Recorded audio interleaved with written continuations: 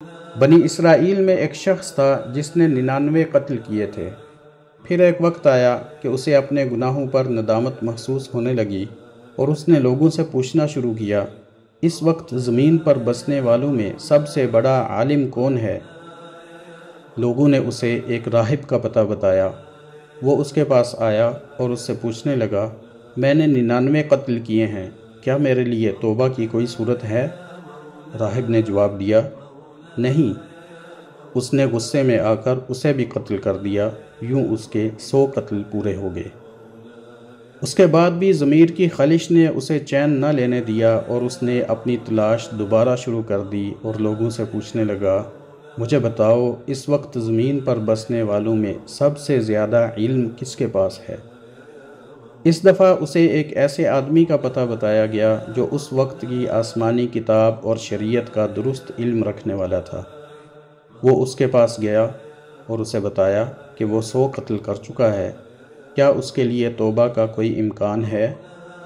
اس عالم نے کہا، ہاں، بھلا تیرے اور توبہ کے درمیان کیا چیز حائل ہو سکتی ہے؟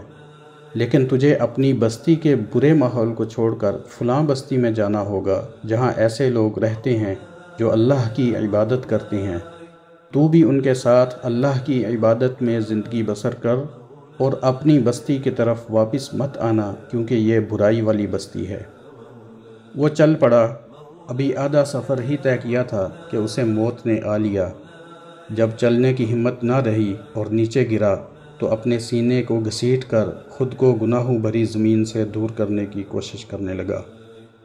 ادھر اس کی روح قبض کرنے کے لیے رحمت کے فرشتے اور عذاب کے فرشتے دونوں آ گئے۔ رحمت کے فرشتوں نے کہا، یہ شخص توبہ کرتا ہوا اپنے دل کو اللہ کی طرف متوجہ کر کے آیا تھا، اس لیے اس کی روح لے جانے کا حق ہم کو ہے۔ عذاب کے فرشتوں نے کہا، اس نے کبھی نیکی کا کوئی کام نہ کیا تھا، اس لیے یہ جہنمی ہے، اس کی روح ہم قبض کریں گے۔ ان کے درمیان فیصلہ کرنے کے لیے ایک اور فرشتے کو آدمی کے روپ میں بھیجا گیا اور دونوں فریقوں نے اس کا فیصلہ ماننے پر اتفاق کر لیا۔ اس فرشتے نے اپنا فیصلہ سناتے ہوئے کہا، جس جگہ اس شخص کی موت واقع ہوئی ہے وہاں سے دونوں بستیوں کے درمیان فاصلے کی پیمائش کر لو۔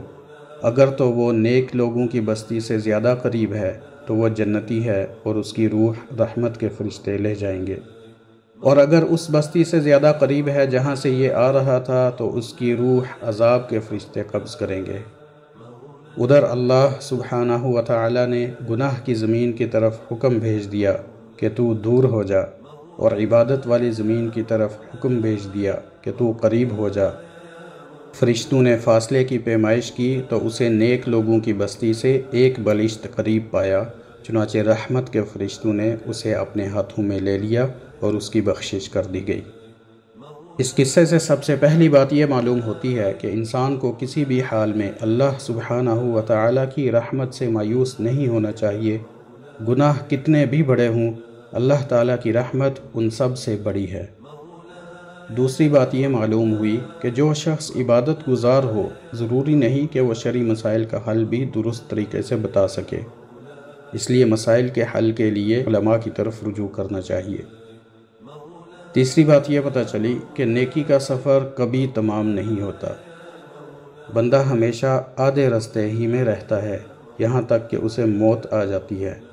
انسان کے ذمے بس اتنی ہی ذمہ داری ہے کہ وہ اس راستے پر چلتا رہے، پھر اگر جنت اور اس کے درمیان فاصلہ زیادہ بھی ہوا تو اللہ سبحانہ و تعالی اپنی رحمت سے اس کو کم فرما دیں گے، اور اگر بشری غلطیوں کے سبب جہنم سے قریب ہو گیا ہو تو اللہ عز و جل اپنی رحمت سے اسے جہنم سے دور فرما دیں گے۔